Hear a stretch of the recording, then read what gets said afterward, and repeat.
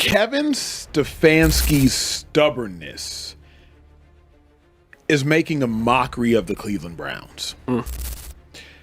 Kevin Stefanski, Dillon Gabriel isn't playing bad per se, but he's not galvanizing this team at all. He's not enlightening this team at all. He's not keeping this team above the sticks, above the chains, ahead of the sticks at all. And he ain't helping you win games. So why not move on from Dillon Gabriel? Like, Kevin Stefanski, stop being so dense. You've already won Coach of the Year twice. We understand you're smart, but you're not smarter than everybody in the world. Another Sunday. Another disaster in Cleveland. The Browns just lost 27-20 to the New York Jets, and somehow, Kevin Stefanski still has the nerve to tell the media he's sticking with Dillon Gabriel. You heard that right. Sticking with the same guy who threw the ball into the dirt, overthrew open receivers, and looked lost against a Jets defense that gave up -7 passing yards at halftime. And while the locker room burns, Shadur Sanders, the one player who could light a spark under this team, is still holding a clipboard. But this isn't just about bad football. This is about pride. This is about a head coach who refuses to admit he's wrong. Stefanski's stubbornness is starting to look less like leadership and more like malpractice. Cue the drama. The panel on Speakeasy didn't hold back. One of them said flat out, Stefanski's stubbornness is making a mockery of the Cleveland Browns. That's not hyperbole, it's truth. Because when your head coach stands at the podium after losing to a team whose quarterback had 54 total passing yards, 42 of which came from a single screen, you're not just losing games. You're losing credibility. And fans in Cleveland? They're done watching excuses. They want change. They want Shadur. Kevin Stefanski told reporters, "We're going to stick with Dillon. He's young, we're trying to get better every game." But this isn't a science experiment. You don't try to get better while you're 2-7 and 0-5 in the division. You fix it now. You make a move, and right now, that move is Shadur Sanders. Because here's the ugly truth, Dillon Gabriel's numbers don't tell the story. Sure, on paper, he didn't look awful. But watch the film. You'll see the hesitation, the missed timing, the body language. He's not leading this team, he's surviving it. Meanwhile, the sideline tells a different story. Myles Garrett slamming his helmet, players staring blankly, frustration boiling over. This locker room knows what's coming if nothing changes. Kevin Stefanski has already won Coach of the Year twice. But this might be the decision that costs him his tenure. Even his supporters are starting to say it. He's the best thing to happen to the Browns in 25 years, but he's sabotaging it all with his pride. That's the painful irony. The man who rebuilt Cleveland is now the reason it's falling apart. So let's ask the question, Browns Nation. Backhand index pointing right, at what point does loyalty to a struggling quarterback become pure arrogance? Because it's one thing to be patient. It's another to be blind. And look, this loss wasn't just about offense. The Browns outgained the Jets by over 100 yards. Their defense did its job. But when your special teams give up 2 return touchdowns in the first quarter, and your offense can't answer, you're not looking at bad luck, you're looking at bad coaching. That's why the panel on Speakeasy went in.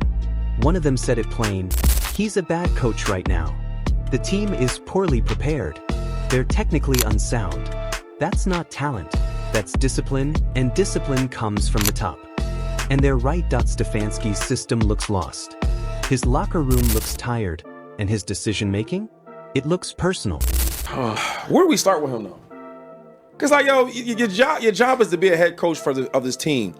Get him in the best position to win. Obviously, you guys haven't been winning. You're on 5 in the division, and you are 2-7 right now. You got a quarterback in Shadur Sanders who everybody thinks he's really, really good, or some people don't think he's really, really good. Let's find out. Yeah. Because the quarterback you have right now is just playing okay.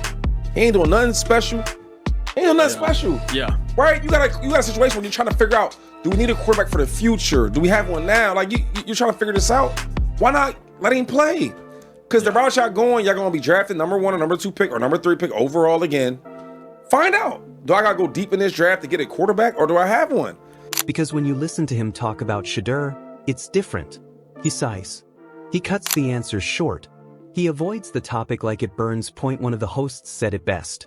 I think he doesn't like Shedeur. Nobody can tell me different. And that's a bombshell. Because if there's even a hint of personal bias in how a coach handles his quarterback room, that's not just bad management, that's sabotage. Imagine this. You're the Cleveland Browns. You've got a fan base starving for hope. You've got a young, talented QB sitting on the bench with NFL blood in his veins, Shadur Sanders, son of Coach Prime, and you choose to keep running with a quarterback who's not doing anything special. That's not strategy. That's ego. And here's where it gets real. Shadur Sanders isn't just another rookie.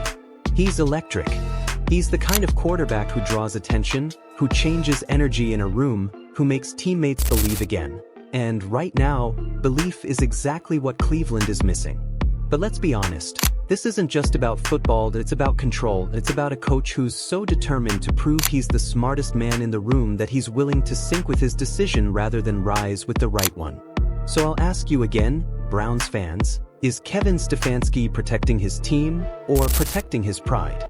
Because this team doesn't look like it's fighting for wins anymore. It looks like it's fighting for explanations. Here's the crazy part, the Jets didn't even earn that victory. They stumbled into it. Justin Fields threw for just 54 yards. The majority on one screenplay. Yet somehow, the Browns still lost. You can't script that level of dysfunction. And after all that, Kevin walks to the podium and says, "We're sticking with Dillon." It's like watching a man walk straight into a fire and call it a sauna. At one point, the panel even asked, how long before Jimmy Haslam walks down those stairs, looks Stefanski in the eye and says, "Start the young man, start Shedeur Sanders?" Because owners have done it before. They've seen enough and intervened, and in Cleveland, that moment feels closer than ever. You can sense it, the tension in the locker room, the frustration from fans, the whispers in the front office. Everyone knows what's coming. Everyone except Kevin Stefanski. Cleveland isn't losing games anymore. They're losing faith. And when faith fades, so does everything else. Because here's the truth. In football, players follow belief. Coaches lead with trust. And right now, Kevin Stefanski has neither. But let's not get it twisted. This isn't just about benching Dillon Gabriel, it's about testing a future. You're 2-7. You're out of the race. You're done pretending this season can be saved with the same formula that keeps failing. So why not find out what you have in Shedeur? Why not give the city something to believe in again? Instead, the coach doubles down.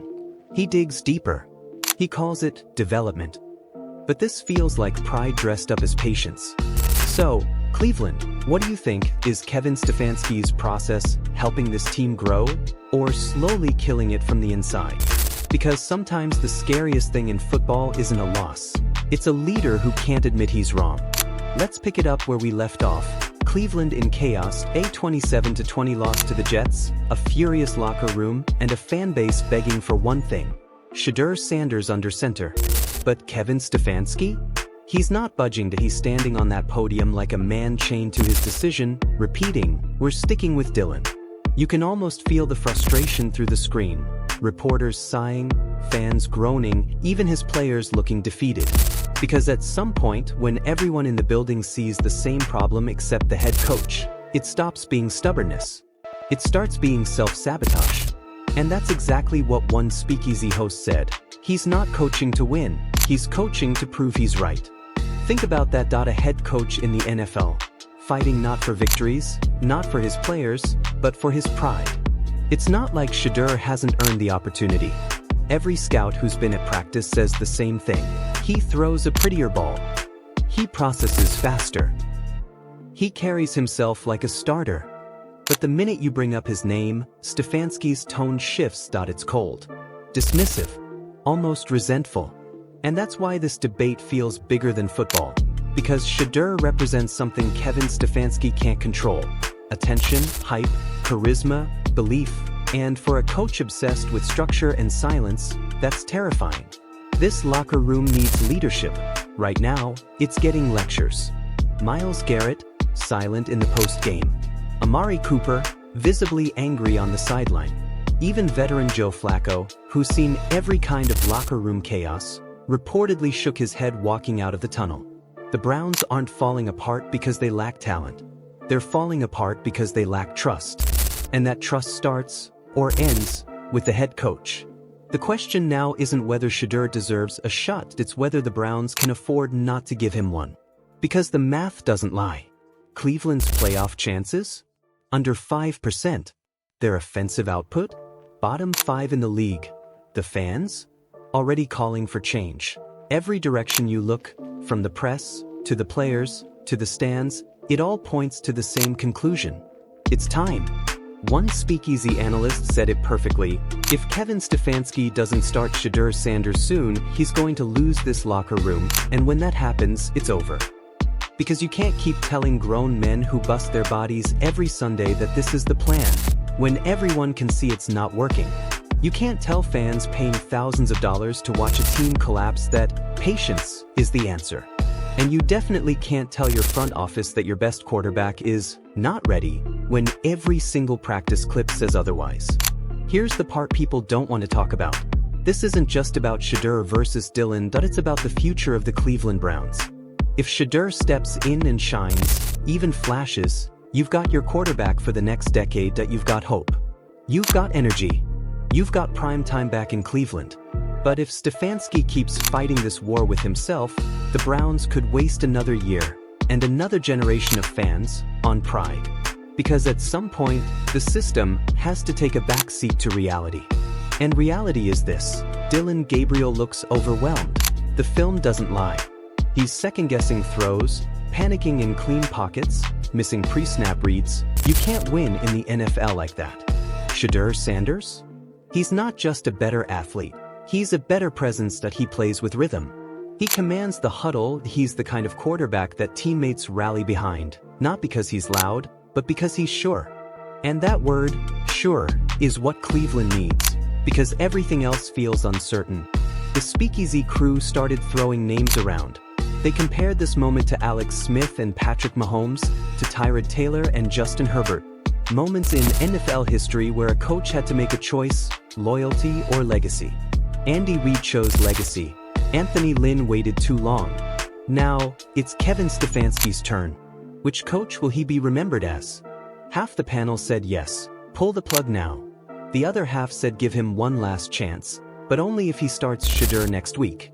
One host said it bluntly: if he starts Dillon again and loses, you fire him before he leaves the field. And honestly, that's not crazy talk. That's accountability. Cleveland's been through enough heartbreak to recognize the pattern. When a coach starts protecting his pride more than his players, the end is near. But let's not ignore the human side.